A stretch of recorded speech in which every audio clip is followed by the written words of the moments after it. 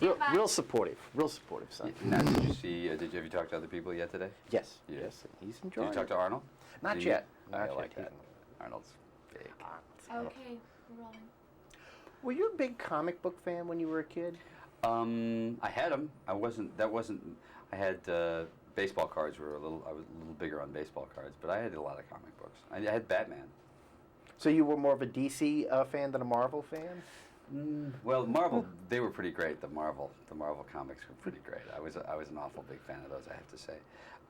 Loved Superman, loved Batman. Those were the two heroes that I loved the most. What do you think is the key to the continuing appeal of Batman?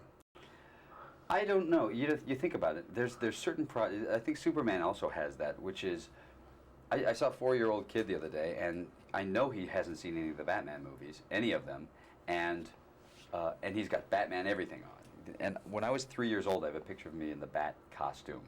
And I'm not quite sure. I'm trying to remember now because I was 3. It'd be 1964. I'm not even sure if the series was on then. I don't think it was yet. And I was, I had the Batman outfit on. So I think that he's just been a part of our life for a long time, and kids just immediately are attracted to him. Now, in this one, your Batman seems to be a bit, shall we say, more well-adjusted? Yes, he's a well-adjusted, and he's a little grayer, I found. He's got a little more gray hair. Yeah, he's a little more well-adjusted. When we started it, when Joel said, you want to do it, and I went, I'd be honored, I thought, the one thing I talked to Joel about, and he agreed, was that we'd get rid of a lot of the flashbacks about his parents being dead, because it's now the 4th of these, and in the first 3 we've seen that. We've seen him have to deal with his past.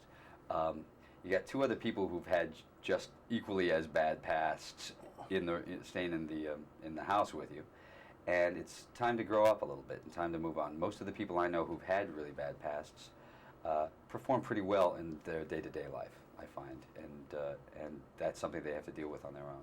Now, one of the things I enjoyed the most about this one is there's a lot more interplay with Alfred. I think Michael Gough is a terrific actor. He's great. He just turned 117, which we were shocked because I thought he doesn't look a day over 116. Michael and I are fast friends. I adore him. Greatest guy. Do you remember seeing him in some of the horror movies? No, but everyone else in the world talks about. He talks about them all the time. They just seem great. Like Horrors of the Black Museum, right. Black Zoo, Conga, Phantom of the Opera. Yeah, that's so great.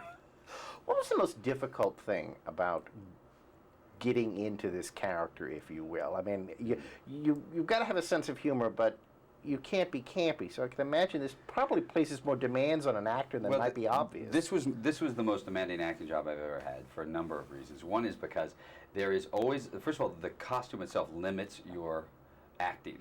You move like this, you turn like this. You can't really hear, so you have to really pay attention. Number one. Number two, it's a different style of acting than I'm used to. I had to act differently. Bruce Wayne has a better vocabulary than I do, and is a little smarter and wealthier than I ever was. So he comes from a different place. And Batman you have to kind of just command when you're Batman. But he also never gets Batman never gets excited. You never hear him yell. So the problem is in high energy scenes, you have to keep the energy in a scene, but your voice has to stay like this all the time, and that's tricky to do because you have to go, let's go, and it can't just sound dead. It can't just sound like there's no energy. So there were some tricks to it. The only things that were truly difficult, though, was going to work every day. I worked 7 days a week, and that was tough. I do it, and you do it. We've done it before, and we'll do it again. But that was the real. That and wearing the suit were the only two. The rest of it was a cakewalk. It was fun to be in, fun to be a part of. Well, as you told me when I was asking you on From Dusk Till Dawn, balancing the movies with the TV series, well, you can sleep when you die. That's right, you sleep when you die. Our family works. We tend to, if you get a good job, you take it. There you go, there you go. Thanks a lot and congratulations. Hey, thank you. Thanks.